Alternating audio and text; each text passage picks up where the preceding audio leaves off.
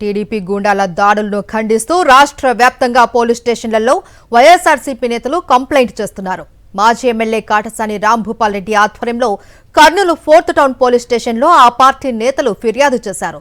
తిరుమల లడ్డూ ప్రసాదం అంశాన్ని డైవర్షన్ చేయడానికే టీడీపీ గూండాలు వైఎస్ఆర్సీపీ నాయకులపై దాడులకు పాల్పడుతున్నారని రాంభూపాల్ రెడ్డి మండిపడ్డారు.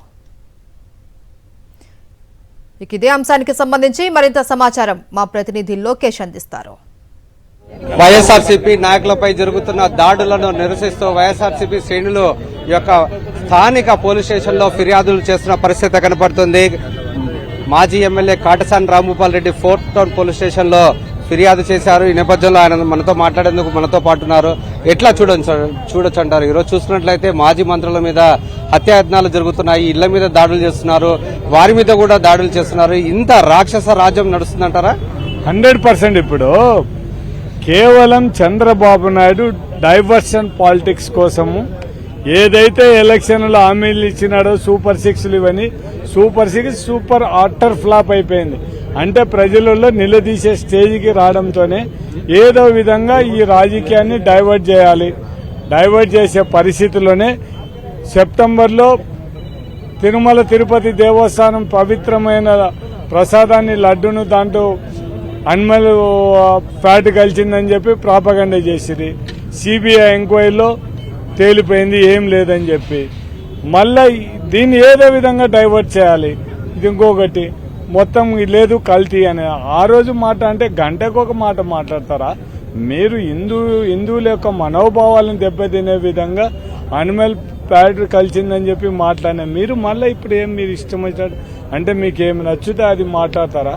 మీరు మాట్లాడే ముందు మీరు ఒక బాధ్యతాయుతమైన పదవిలో ఉండి ఈ రాష్ట్ర ముఖ్యమంత్రిగా ఉండి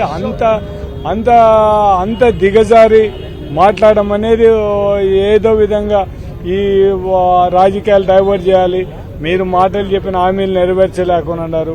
ప్రజలను 3 డైవర్ట్ చేయాలనే ఉద్దేశంతోనే దాంతోపాటు జగన్మోహన్ రెడ్డికి వచ్చే ప్రజా ఆదరణ చూడలేకనే మీరు ఈ డైవర్షన్ పాలిటిక్స్ ఇవన్నీ మీరే పాంప్లెట్లు కొట్టించినారు. పాంప్లెట్లు ఎందుకు కొట్టించినారని అడిగిన దానికి అంబటి రాంబాబు మీద మొత్తం మీరే ఫస్ట్ తిట్టించినారు. మళ్ళా తర్వాత రౌడీల మాదిరి మామూలుగా చూస్తున్నాం. మొత్తం కర్రలు తీసుకొని పోలీసుల ముందనే కర్రలు తీసుకొని చూస్తూ ఊరుకునే వ్యవస్థను పోలీస్ వ్యవస్థను ఇప్పుడు మనం ఆంధ్రప్రదేశ్లో చూస్తున్నాం.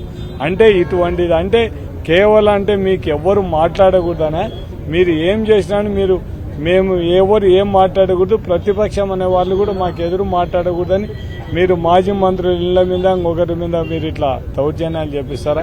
ఇది మనం చూస్తున్నట్లయితే డైవర్షన్ పాలిటిక్స్ లో భాగంగానే ఈ రోజు ఈ యొక్క దాడులు చేస్తున్నారు. ఈ యొక్క వైఎస్ఆర్సీపీ నాయకుల మీద వాళ్ళ ఇళ్ల మీద కూడా దాడులకు పాల్పడి వాళ్ళని హత్య చేయడానికి కూడా వెనుకాడలేని పరిస్థితి. ఇవన్నీ శాశ్వతం కాదు, అధికారం శాశ్వతం కాదు. ఖచ్చితంగా రానున్న రోజుల్లో ఖచ్చితంగా బుద్ధి చెప్తామంటూ వైఎస్ఆర్సీపీ నాయకులు హెచ్చరిస్తున్న పరిస్థితి. కెమెరామెన్ శేఖర్తో లోకేష్, సాక్షి టీవీ, కర్నూలు.